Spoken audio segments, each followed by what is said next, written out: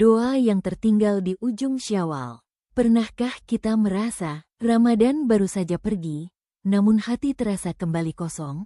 Syawal hampir berakhir, masjid mulai sepi, doa-doa tak lagi panjang, dan air mata tak lagi mudah jatuh. Namun, bagaimana jika ada doa yang tertinggal di ujung Syawal? Doa yang belum sempat terucap, doa yang masih tersimpan dalam diam. Dan mungkin itu adalah doa kita. Inilah kisah pujangga tentang seseorang yang menemukan bahwa akhir Syawal bukanlah akhir dari perubahan, melainkan awal dari perjalanan hati. Senja itu begitu tenang, langit berwarna jingga lembut, angin berhembus pelan di antara dedaunan.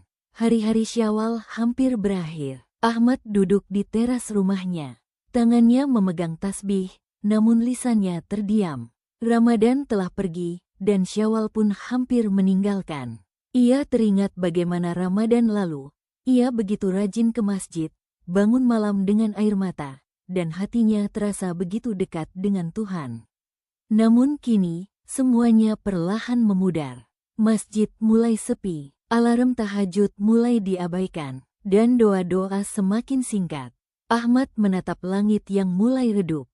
Apakah aku hanya baik di Ramadan saja? Gumamnya pelan. Angin senja berhembus lembut, seakan menjawab kegelisahan hatinya. Tiba-tiba, ia teringat seorang lelaki tua yang selalu ditemuinya di masjid saat Ramadan. Lelaki itu selalu datang paling awal dan pulang paling akhir. Namun sejak Syawal, lelaki itu jarang terlihat.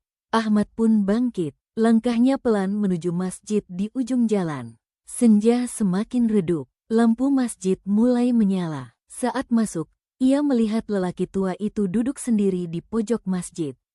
Tangannya terangkat, dan air matanya jatuh perlahan.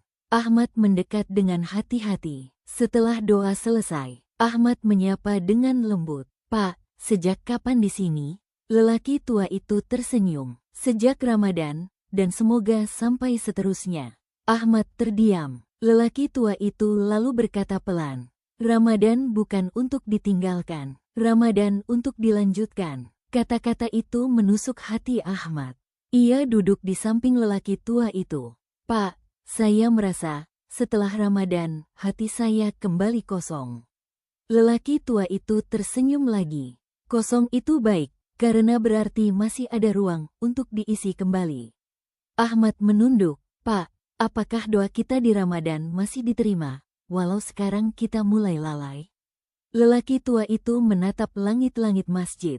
Doa itu seperti benih. Ramadan menanamnya, Syawal merawatnya, dan kehidupan yang akan memanen. Ahmad terdiam lama, hatanya bergetar. Lelaki tua itu kemudian berkata pelan, "Kadang, ada doa yang tertinggal di ujung Syawal." Ahmad mengangkat wajahnya. "Maksudnya, Pak?" Lelaki tua itu tersenyum lembut. "Doa yang belum sempat kita ucapkan. Doa yang tertahan oleh kesibukan. Doa yang kita lupa karena merasa sudah cukup baik."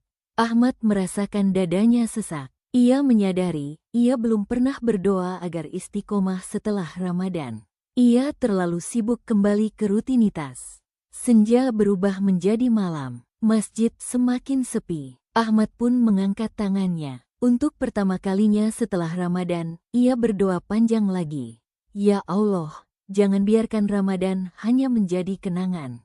Jangan biarkan Syawal berlalu tanpa perubahan. Dan jangan biarkan aku kembali seperti dulu." Air matanya jatuh. Lelaki tua itu tersenyum melihatnya.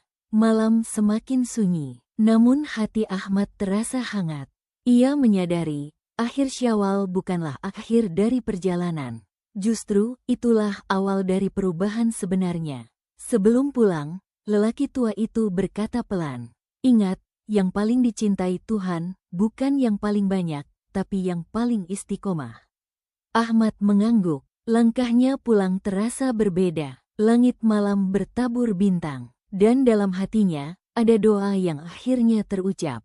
Doa yang tertinggal di ujung Syawal, kini telah menjadi awal perjalanan baru. Syawal hampir pergi, namun doa tak pernah terlambat. Jika Ramadan menyalakan cahaya, maka Syawal menjaga nyala itu. Dan ketika akhir Syawal tiba, jangan biarkan hati kembali gelap. Karena mungkin masih ada doa yang tertinggal di ujung Syawal. Dan doa itu sedang menunggu kita untuk mengangkat tangan sekali lagi.